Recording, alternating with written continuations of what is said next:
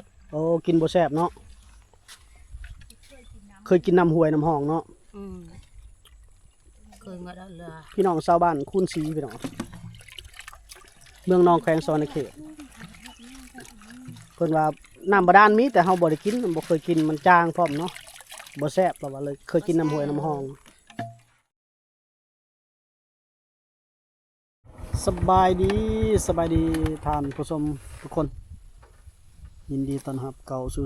ช่องบ่าวจ้อยพาเที่ยวพาเลาะมื้อนี้พี่น้องป้าตัวมื้อนี้การเดินทางเฮาอ้อมขนาดพี่น้องเดินทางเข้าขึ้นมาตั้งแต่เมืองเซโปนนี่ตั้งแต่ 8-9 โมงพี่น้องแล่นขึ้นมาเมืองนองแล่นมาทางบ้านสวงพี่น้องแล่นอ้อมพุ่นบ่าวจ้อยว่าสิไปอันบ้านละปีดบ้านอะเลาบ้านละปีดพี่น้องแต่ว่าเส้นทางโอ้โคตรเปี่ยวเลยขับรถเป็นชั่วโมงเนาะจะเห็นบ้านหนึ่งเนาะสาวไทยเนาะเป็นวัดมันชั่วโมงหนึ่งจะเห็นบ้านหนึ่งพี่น้องมันเปี่ยวแห้งป่ายจนนั้นแล้วก็หากฮอดบ้านโพนงมีฮอดบ้านโพนงมีแล้วยังอีก10 กิโลเขาว่ะโอ้เปลี่ยนแผนกลับมาทางนี้สิออกแกงลีนอีกพี่น้องแต่ตอนนี้เขามาฮอดบ้านผู้ไทยพี่น้องบ้านคนผู้ไทยบ้านผู้ไทยแต่ไม่มีผู้ไทยแต่บ่มีผู้ไทยมีแต่ชนเผ่าหมดซื้อบ้านผู้ไทยแต่ว่าเมื่อก่อนน่ะมีคนผู้ไทยอยู่บ้านนี้นะบ่าวจอยเคยมาถ่ายเมื่อ 2-3 ปีที่แล้วพุ่นน่ะปักขึ้นรถไปเลาะบ้านเพิ่นเลยนี่พี่น้องนี่กำลังฮอดตีนบ้านลำยดมก็เป็นวัดนะกำลังฮอดตีนบ้านพี่น้องบ้านผู้ไทยผมมีผู้ไทยเนาะแต่จักเว้าได้เนาะ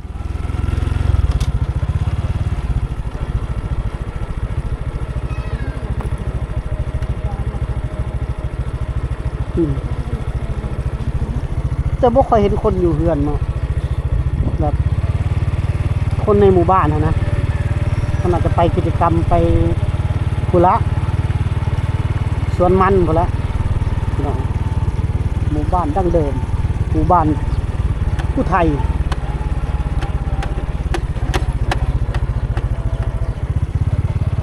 เรียนดูเฮ้ย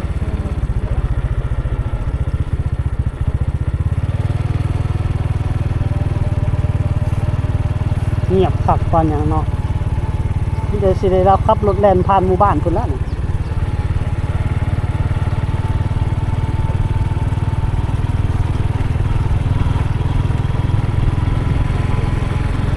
ดังต่อมงกอง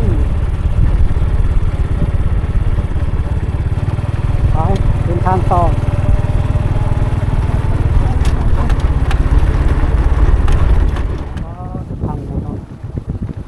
ลงพี่เลยเนาะงอยรถเขาทั้งนี้เนาะ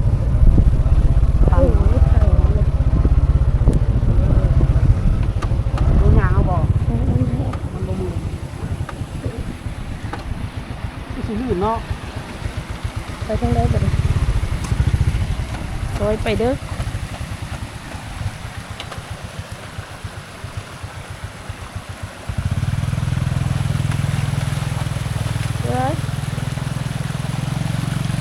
ที่ว่าเข้าไปนี่มันถล่มหมดเลยมันแห้งจมลงเนาะนะจมลงแห้งเนาะตอนเข้ามาตอนนั้นยังเงินไปได้อยู่เฮ็ดบ่ได้มาตรฐานตาจิตญาณเลยเอาแต่เงินหมดเลยไม่อ๋ออย่าปากไปเดินทางต่ออีกเลย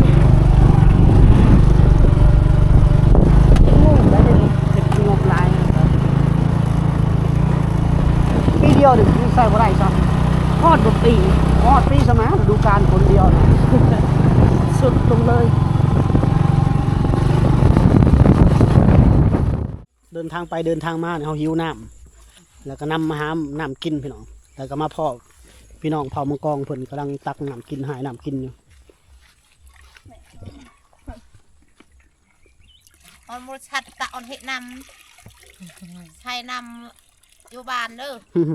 ดูเอ้ยบ่มีน้ำมีน้ำบาดาลเนาะอยู่เฮือนเนาะอยู่บ้านมีน้ำบาดาลเนาะน้ำนานมีบ่แซ่บโอ้กินบ่แซ่บเนาะเคยกินน้ำห้วยน้ำห้องเนาะ ยมาแล้วเลย พี่น้องชาวบ้านคูนศรีพี่น้องเมืองนองแขวงสวรรณเขตเพิ่นว่าน้ำบาดาลมีแต่เฮาบ่ได้กินบ่เคยกินมันจางพร้อมเนาะบ่แซ่บเราว่าเลยเคยกินน้ำห้วยน้ำห้องก็เลยพากันกินน้ำอยู่นี้ตักน้ำนี้น้ำก็ออกค่อยๆพี่น้องหั่นน่ะ เรือมาเอาตรังบนเราเลย น้ำไหลมาแต่พูดละพี่น้องมันมีบ่ออยู่หั่นทางนั้นมีบ่อชาวบ้านเพิ่นก็เลยมาหายกินมื้อนี้นี่ผู้นี้ก็มาตำลังกับพารอคิวกันนี่แล้ว ด่ากับไรเมียน บ่อนเดียวเนาะท่อเดียวนี่ได้จัก2ท่อแค่นี้ สร้างท่อจิตเตี้ยเจ้าทางท่อจิตกอดเจ้ามีน้ำทางท่อ เนาะ ทางทาที่ทาง ทางท่อมี ไม่เอาอะไร ลำบากเพิ่น ผู้ ก็ บ้านจิตกอดเจ้ามานำกิเตี้ยเจ้า เป็นอันหินไปหินมากก็ได้หลายได้บัดนี้เลยพูดมากมันเตาก็มีเลย แต่ว่าใช้เวลา ใช้เวลาคอยบ่เพิ่นก็เป็นอ่ะผู้ละตุ๊ก อืม ผู้นึงเอาตุ๊กนึงผู้นึงเอาตุ๊กนึงต้องเป็นกันมันได้เพราะว่ามาพร้อมกันเด้ต้องได้เมื่อพร้อมกัน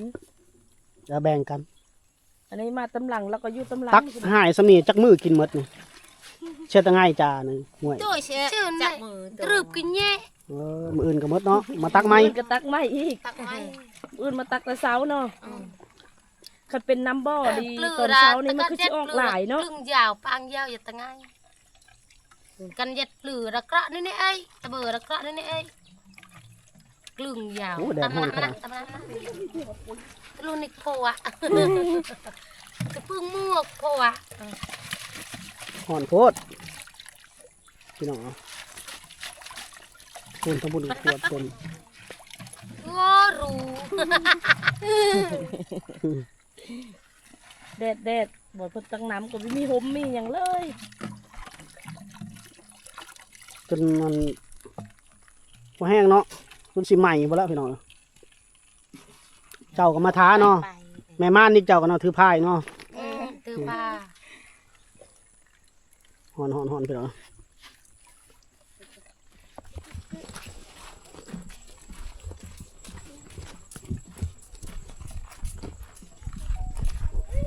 นำลานหน่อยไปตักน้ำกินก่อนพี่น้องบอลได้อีกเด้เนาะมีบอลใหม่อีกบ่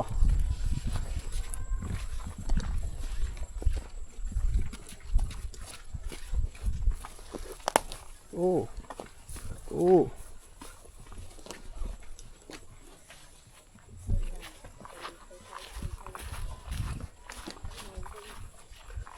คือสิไกลเนาะบอลเพิ่นไปเอาน้ำนี่ออกแต่หมู่บ้านก็ตั้งหากได้พี่น้องเขาไปเอาตามป่าตามดงตามแบบห้วยห้องคลองบึ้งนะพี่น้อง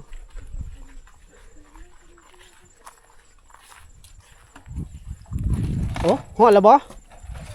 บ่นี่บ่ล่ะ โดย โอ้พี่น้องเลยน้ำมาใส่เด้นี่พี่น้องบนเพิ่นเอาน้ำอยู่นี่ได้อพี่น้องเฮ็ดจรอดหน่อยเนาะกระบังไม้ไผ่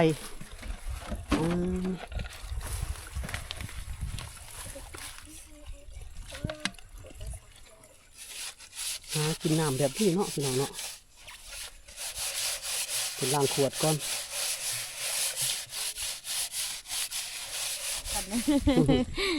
สิเป็นเพิ่นเป็นนักเรียนเพิ่นว่าภาษาลาวก็ได้หลายได้ก็สิลูกเอาผู้นี้ก็จะเอานี้อีกเห็น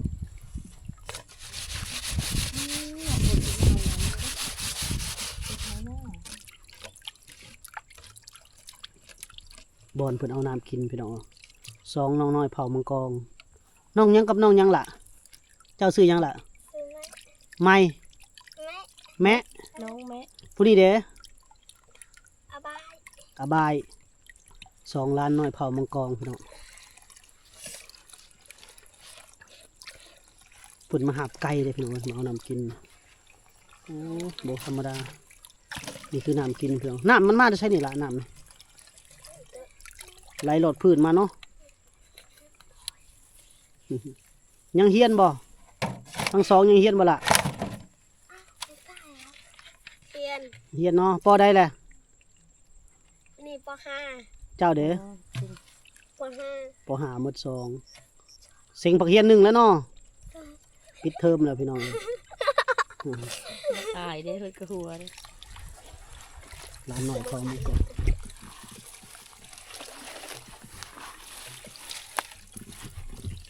เมาหน้าไปกินพี่น้อง บทตักน้ำกินก็มี2บ่อนเลยเนาะ บ่ เพ นี้ ราะว่าเพิ่นจะปั่นกันมาเอาเนาะดูข้างหลังน้องก็มันเป็นไฮหน้าเด้เป็นห้องน้ำ เอาตามคลองตามบึงตามบ่อนได้น้ำมีน้ำเข้ามาเอานะพี่น้องเอาเมื่อนี่บ่ได้ต้มเลยพี่น้องกินเลยเด้อ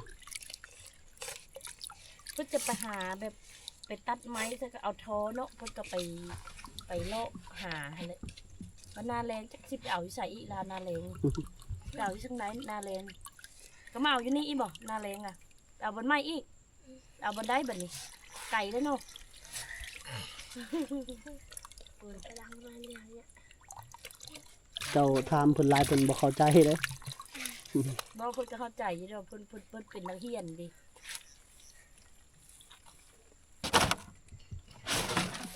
พูดทางพูดถูก มืดเลยเนาะ โจทย์ทางคือเมื่อ เพิ่นสิเต็มไม่ได้พี่น้อง ตาน้อยไก่สิเต็มเลย ดอกยา ไก่สิเต็มแล้วจะบ่จอยให้เบิ่งพุ่นละเพิ่นย่างขามป่าลูกนี่แหละ กล้องเอา จังฮอดบ้านเพิ่นพี่น้อง ไก่สิเต็มแล้วบ่ อืม ใกล้ละใกล้ ร้าน แล้ว น้อย เนาะ ขอมังกร ร้านน้อยสิใกล้สิเต็มแล้วน้ำก็โอ้ยนะสักไรเฮาไปเบิ่งไกลๆก็เพื่อสิเต็มตุกนึง เอาเมื่อนี่ต้มบ่ล่ะต้มบ่หรือกินเลย เอาเฮา กินเลย กินเลยเนาะ กินเลยอะ นี่พี่น้องนี่นุ่งสิ้นห้ามแต่เนาะ น้องยังก็ลืมละซื้อเพิ่น อยากซื้อแน่ล่ะน้องยังจะ ซื้อไม้ น้อง ไม้ น้อง แม่กับอันยังก็ บ้าน อบาย น้องบายน้อง น้องอบายกับน้องแม่ ซื้เนาะคือสองไอ้น้องนี่เนาะ สองไอ้น้องมาล่ะ บ้า เป็นหมู่กัน เป็นหมู่กัน โอ้เป็นหมู่กัน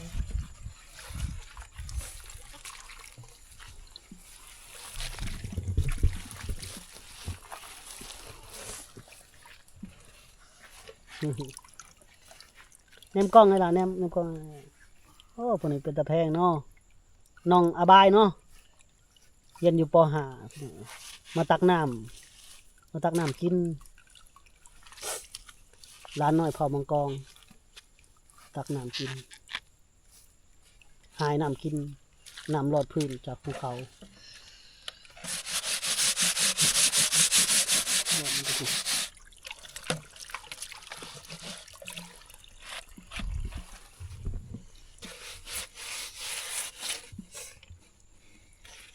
ล่างขวดข้างในได้พี่น้องมาตักอยู่นี่คู่มือบ่ละ โดย เอาคู่มือเนาะโอ้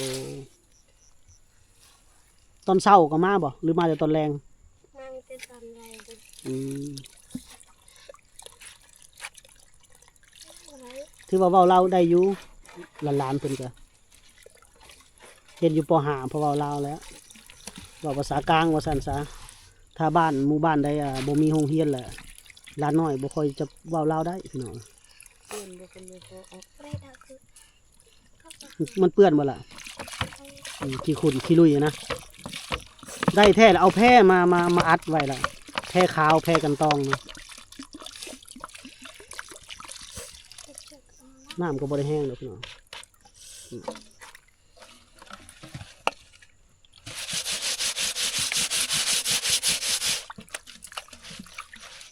หลานน้อยในชนบทเนาะหรือว่า พี่น้องชาวลาวในชนบทนี่โอ้ลำบากเลยพี่น้องบุคูว่าสิซอยเพิ่นได้แบบใดเฮาก็เนาะ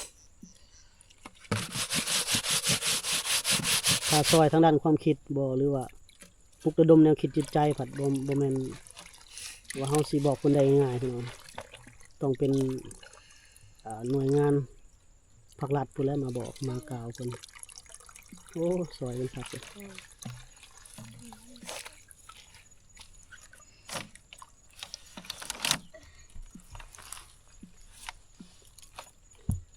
ใครในอยู่ แล้วก็ใส่กระหยังไปทมได้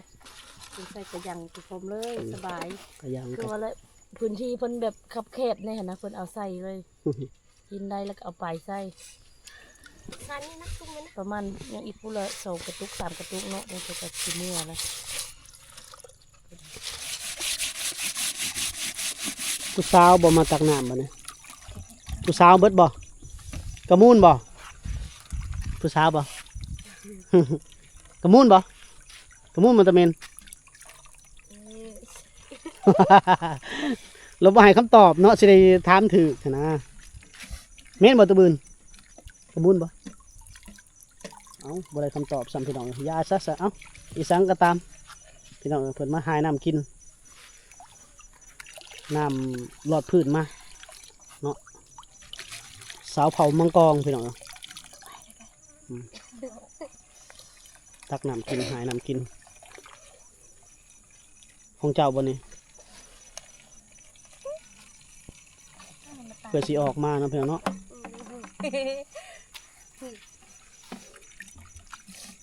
สาวเผามังกรมาหาน้ำกิน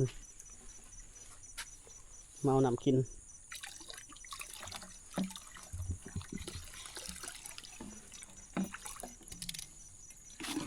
น้ำก็ไหลบ่แห้งไหลค่อยๆเนาะ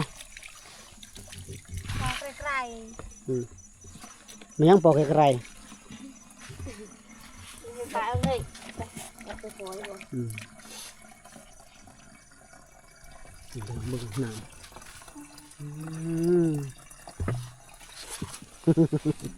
เราสิว่าสิยับเขาย่างไกลๆกระดักกระดอนเนาะ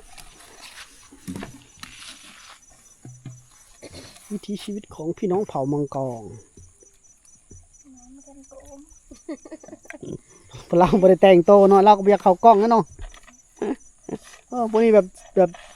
นิ่มๆเด้สาวพูดนี่เราตอบเฮาเรายิ้มตอบไปสิเราบ่ได้เว้าบ่ได้ไปซั่นคือสิหายบ่เป็นเนาะพี่น้อง